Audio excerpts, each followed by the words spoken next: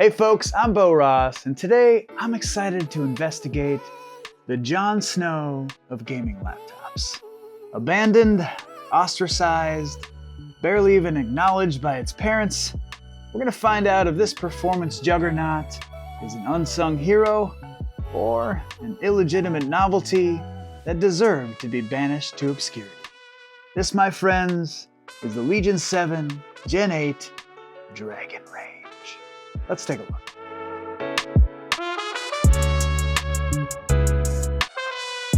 So I know that YouTubers are supposed to completely bury the lead to get you to stick around longer, but I'm going to spoil this video right off the rip. This computer is incredible. And that's why it's so vexing to me that Lenovo basically left it for dead. They didn't really talk about it. They seemingly didn't send a single unit out for reviewers to take a look at. It just seemed like a complete afterthought. And the more I've used this thing, well, the more mysterious that has become. Gaming laptops, and especially high-end models like this one, represent such an interesting market segment. Because most hardware-savvy individuals are not going to want to shell out $3,000 or $4,000 for something like this, when they know they could build a more powerful desktop for probably half the price. But as they say, there's a lid for every pot. And I think there's a swath of consumers for which this computer is pretty damn close to perfection. While the Pro 7 series is decidedly not a budget line, it's always had a bit more of a value-focused, unassuming vibe than some of the more exorbitant competition, Razer, MSI, and Asus. It's the kind of salt-of-the-earth, blue-collar laptop you just want to have a beer with. The engineering team has sort of swung the pendulum back and forth over the years between adding and removing premium features to this line. The 7th generation was kind of the holy grail, with its all-metal build, cool illuminated rear port lights, and even more of an epileptic seizure-inducing RGB light show. The 7th Gen AMD model even supported USB 4, the lack of which being, in my opinion, one of the few major bummers of Dragon Range. So you're probably asking yourself, why? Why should I care about a computer that came out in 2023?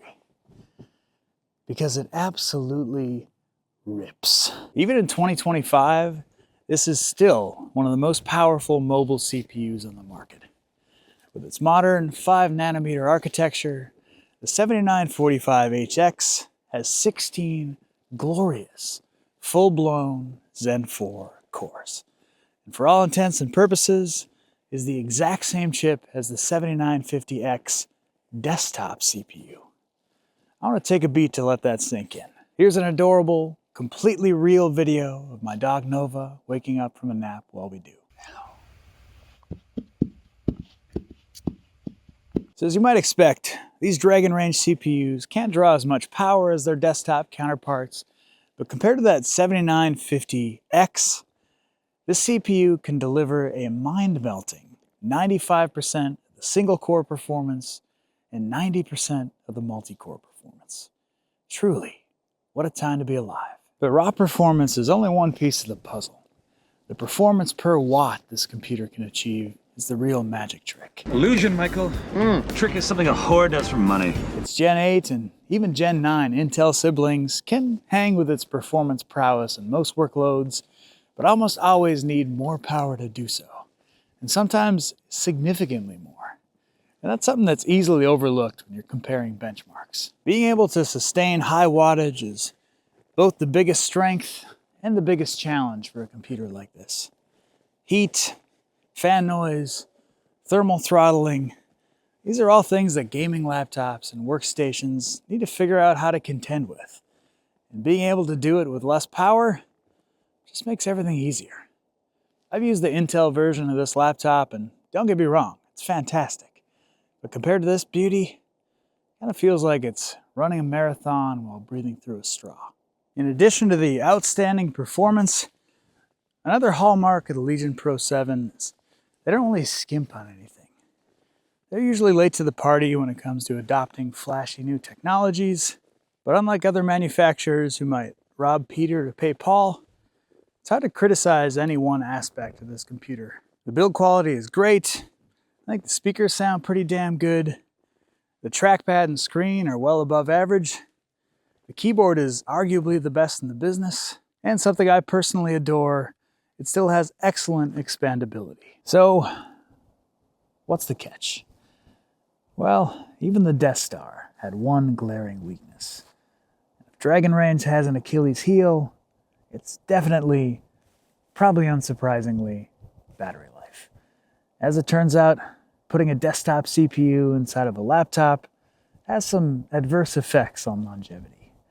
In my experience, the best you can hope for is 3 or 4 hours with the lightest of tasks. This is an area where the Intel models would definitely provide an advantage. Though I should say that Windows battery life is just weird. I feel like every gaming laptop or workstation I've owned will oscillate wildly between pretty decent battery life and all of a sudden draining with a level of haste that would make Shadowfax blush. I've even seen anecdotal reports of people experiencing pretty great battery life with this laptop after proper configuration. So as always, your mileage may vary. So now that we know what this laptop does and doesn't bring to the table, who the hell is a computer like this for? Well, to me, this is the epitome of a desktop replacement laptop. You're probably not buying this machine to drag along for a full day of classes, or to work on the next great American novel, wearing a turtleneck at a coffee shop. You're buying this computer because you want the power of a desktop, and importantly, have specific reasons for not just building or buying a desktop. Look, the gold standard for computing perfection will always be having a powerful desktop for heavy-duty tasks, and a thin, light, even cheap laptop for portability. I happen to be one of those weirdos that strongly prefers to have one computer to rule them all versus multiple specialized machines. At home, I have a mega desk with all my peripherals, Surveillance, gaming, and business. as well as a little treadmill desk that I spend a few hours at every day. And being able to swap between the two without having to worry about transferring files or using a remote desktop connection is just blissful to me. I also use my computer for running Ableton at live music gigs and take it to the occasional LAN party. So for me, the trade-offs versus a desktop are absolutely worth it. And as much as I adore them, it's hard to envision going back to a DT as my primary computer. So you might be thinking, that's all well and good. What about the forthcoming Gen 10 model that Lenovo announced at CES? I think that's definitely worth some consideration.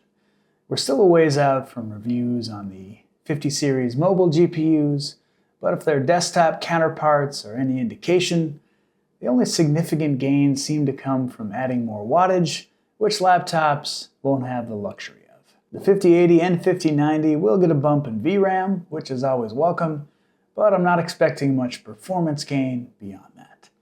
The new Legion 7 Pro will come equipped with Intel's Arrow Lake HX offering, which, mark my words, will still get smoked by this CPU and multi-core workloads, albeit should offer much better battery life. I'm sure it'll grow on me over time, but at least in these early days, I am not a fan of the Gen 10's redesign. It's a bit too Alienware inspired for my taste, and though I understand that cooling solutions will continue to get larger and more robust, keep up with the demands of modern components, I don't get why companies keep moving ports to the front of laptops, especially for a computer that's probably going to spend a lot of time docked with a bunch of cables plugged in. It's just not a great look. So RIP to rear ports and clean cable management. And also, the Legion is known for having something of a protruding posterior. But this thing is positively dragging a wagon back there. Damn. Everyone is still bracing for impact on the specific pricing for 2025 gaming laptops. But it wouldn't surprise me one bit if the 5090 version of the Gen 10 was in the ballpark of $4,000. The only thing that gives me any shred of hope is that Lenovo also has an even more ridiculously priced Pro 9i that you'd think they need to leave some headroom for in their lineup. You can pick up a 4080 version of this machine, refurbished from Lenovo's outlet site, for under $2,000. It's hard to overstate how much more bang for the buck that would be versus getting a Gen 10. I don't know who needs to hear this, but please don't spend $5,000 on a laptop. As someone who's been a fan of desktop replacement laptops for more than a decade, man, this really does feel like the glory days. Especially after the last generation or two of hardware releases, CPU and GPU performance parity is closer than ever to that of their desktop brethren. Modern laptop hardware can push some seriously impressive frames. But something I don't think gets talked about enough is that, at least in my opinion, not all frames are created equally. Even without adding FrameGen and DLSS into the conversation, maybe this is my personal version of snake oil, but I've always been able to perceive a tangible difference between using a desktop and even the most powerful laptops. Whether it's thermal headroom, power constraints, or just a subtle layer of general jankiness. It never feels quite the same.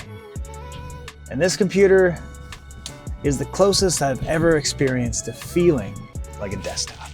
It's hard to explain, but no matter what you throw at this thing, it just never feels like it's breaking a sweat.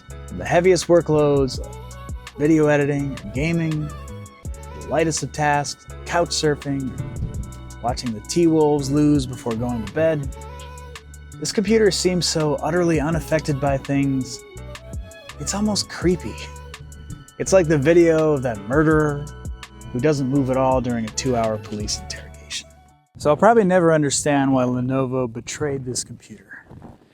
But if you can find a good deal on one of these rigs, and you're okay with the trade-offs that come with a desktop replacement laptop, good Lord, I don't think I've ever felt more confident in endorsing a device. If you enjoyed this nonsense, I would have genuine gratitude for a like, comment, or subscription. You can also check out my Patreon, and you may get a kick out of the Framework Laptop 16 video I made. A very different device with its own unique appeal. As always, thanks for watching. We'll see you next time.